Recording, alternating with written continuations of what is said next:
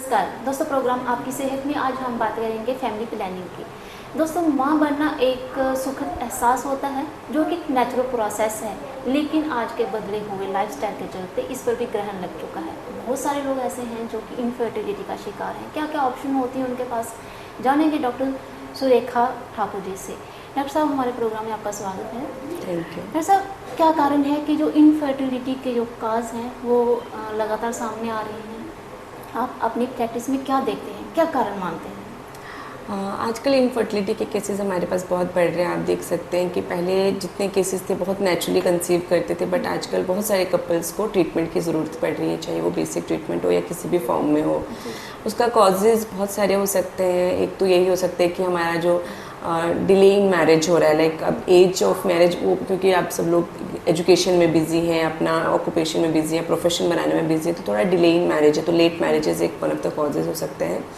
And second is the life style. आजकल का जो हमारा जंक फूड, थोड़ा बहुत ही लेजी स्टाइल हो गया है, लाइक वी डोंट वर्कआउट, ज़्यादा वर्कआउट नहीं कर रहे हैं, लाइफ स्टाइल हमारा उतना अच्छा नहीं हो रहा है, जिसकी वजह से वो भी एक रीज़न हो सकता है। इन्वायरमेंटल फैक्टर, बिकॉज हमारा इन्वायरमेंट अब उतना क्लीन नहीं है जैसे पहला होता था, तो वो सब हमारी ओवेरियन एजिंग को बढ़ा रहे हैं, जिससे हमारी ओवरीज, जो हमारी अंडादानी होती है, उनका जो काम करने की क्षमता है वो उतनी अच्छी नहीं रही है जैसे पहले हुआ करती थी।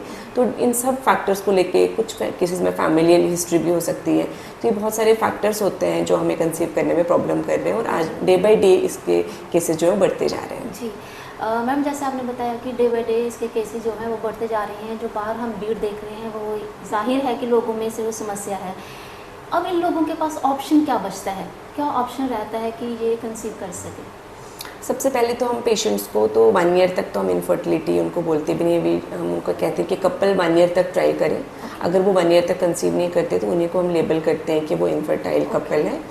और उसके बाद हमारे पास डिपेंड करता है, हम कॉजेज़ रूल आउट करते हैं। लाइक हमारे पास देखते हैं हम कि बच्चादानी होती है, ट्यूब्स होती हैं, अंडादानी होती हैं, तो हम देखते हैं कि प्रॉब्लम कहाँ पे आ रही है, किस लेवल पे प्रॉब्लम आ रही है। हो सकता है उनको टाइमिंग ऑफ ओवुलेशन नहीं पता है, उनको रिलेशन कौन से टाइम पे, जिसको हम बोलते हैं फर्टाइल पीरियड। तो जनरली क्या पेशेंट कपल्स को ये चीज़ पता है या नहीं पता है, तो बेसिकली हम जानते हैं कि कारण क्या है, उसके अकॉर्डिंगली ट्रीट किया जाएगा। आइडियल टाइमिंग क्या होती है फर्टाइलिटी? ये डिपेंड करता है साइकिल कैसा रहता है। जैसे अगर पीरियड्स, अगर आपका बिल्कुल 28 डेज़ का साइकिल होता है, तो जो इसका हम फर्टाइल विंडो जो हम बोलते हैं वो बिटवीन डे 8 टू डे 16 बोलते हैं। It depends upon the cycle, जिसका एक फॉर्मूला होता है जिससे हम कैलकुलेट करते हैं।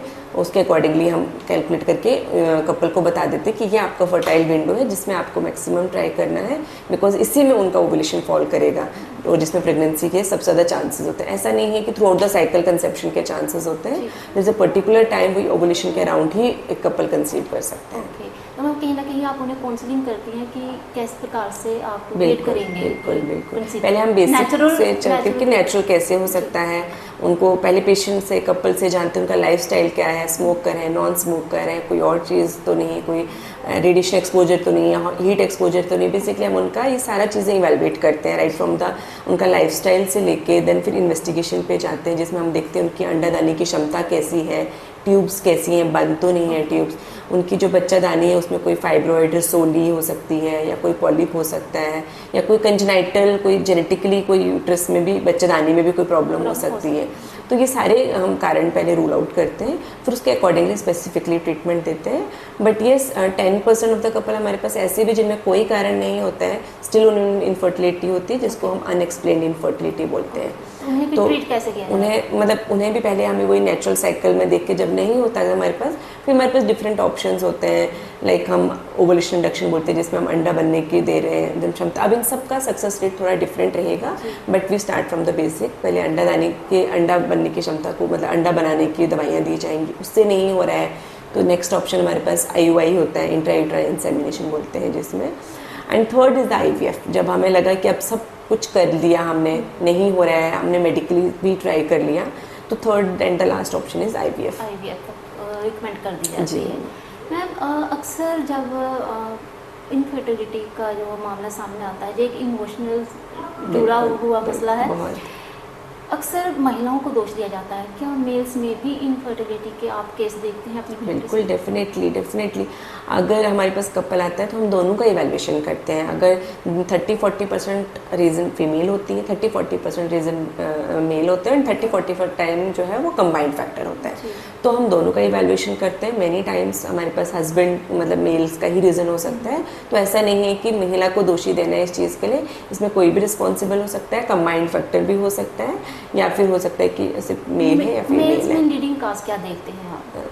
मेल्स में वो स्पर्म की क्वालिटी अच्छी नहीं है, उनकी मोटिलिटी अच्छी नहीं है, काउंट कम हो सकता है, मतलब ये स्पर्म की क्वालिटी पे ही मेन हमारा उस पर तो रहेगा कारण इनके फोकस है। डिफरेंट रहते हैं, डिफरेंट हो स्मोकिंग, सकते मोटापा। हैं, डेफिनेटली लाइफस्टाइल उनका भी है, उनका वो वर्क क्या काम करते हैं, ऑक्यूपेशन पे भी डिपेंड करता है उनका, और वही लाइफस्टाइल स्मोक कर रहे हैं, अल्कोहल ले रहे हैं, इन सब चीज़ों पे भी स्पर्म की क्वालिटी बहुत ज़्यादा डिपेंड करती है। और दूसरी बात आपने कही कि कैरियर बनाते बनाते कहीं ना कहीं लेट मैरिजेस जो है वो भी एक हो रही मुख्य है। कारण है। देखो वो उसमें हम ये नहीं कह सकते कि नहीं करो, बट आजकल साइंस ने तो इतनी एडवांसमेंट कर ली कि अगर इसमें हम ये अवेयरनेस फैला सकते हैं पॉपुलेशन में कि अगर आपको डिले करना है, there is one thing that is egg freezing बोल सकते हैं हम।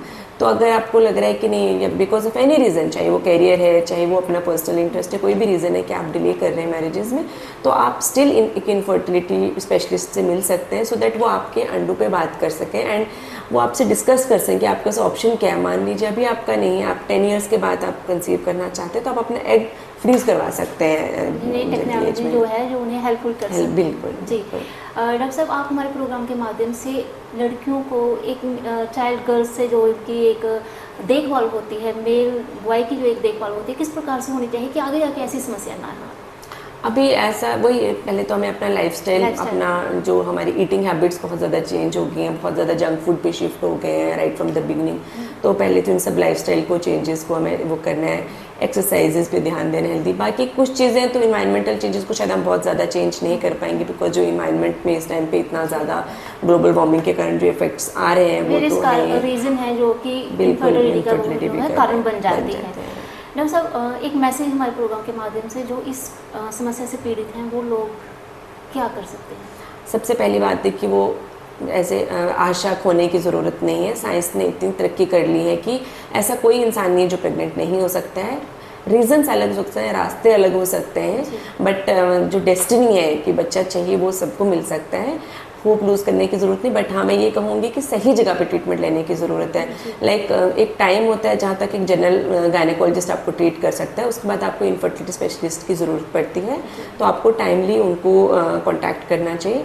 एंड सेकेंडली जो आप बाकी आसपास का ट्रीटमेंट लेते हैं, बहुत इनफर्टाइल कपल हमारे पास ऐसे आते हैं जो दूसरा देसी हकीम वगैरह ये सब ट्रीटमेंट भी ले रहे हैं, तो उसमें टाइम वेस्ट ना करके, बिकॉज हमें नहीं पता वो क्या मेडिसिन दे रहे हैं, उससे हो सकता है कि अंडे की क्वालिटी और कम हो रही है, टाइम भी जाया मतलब वेस्ट हो रहा है। तो बेटर है कि आप टाइमली अपने कपल मतलब जो भी कपल है अपने इनफर्टिलिटी स्पेशलिस्ट से कांटेक्ट करें। और ऐसा नहीं है कि इनफर्टिलिटी वाले डायरेक्टली आईवीएफ करेंगे, वो जो बेसिक मेथड्स जो भी होंगे वो पूरा देख के अकॉर्डिंगली ही ट्रीट किया जाएगा। मैम, हमने एक गंभीर विषय पर बहुत ईजी भाषा में हमें समझाने की कोशिश की कि इनफर्टिलिटी क्यों हो जाती है और इसके आगे क्या क्या इनके पास ऑप्शन है। आपका बहुत बहुत शुक्रिया।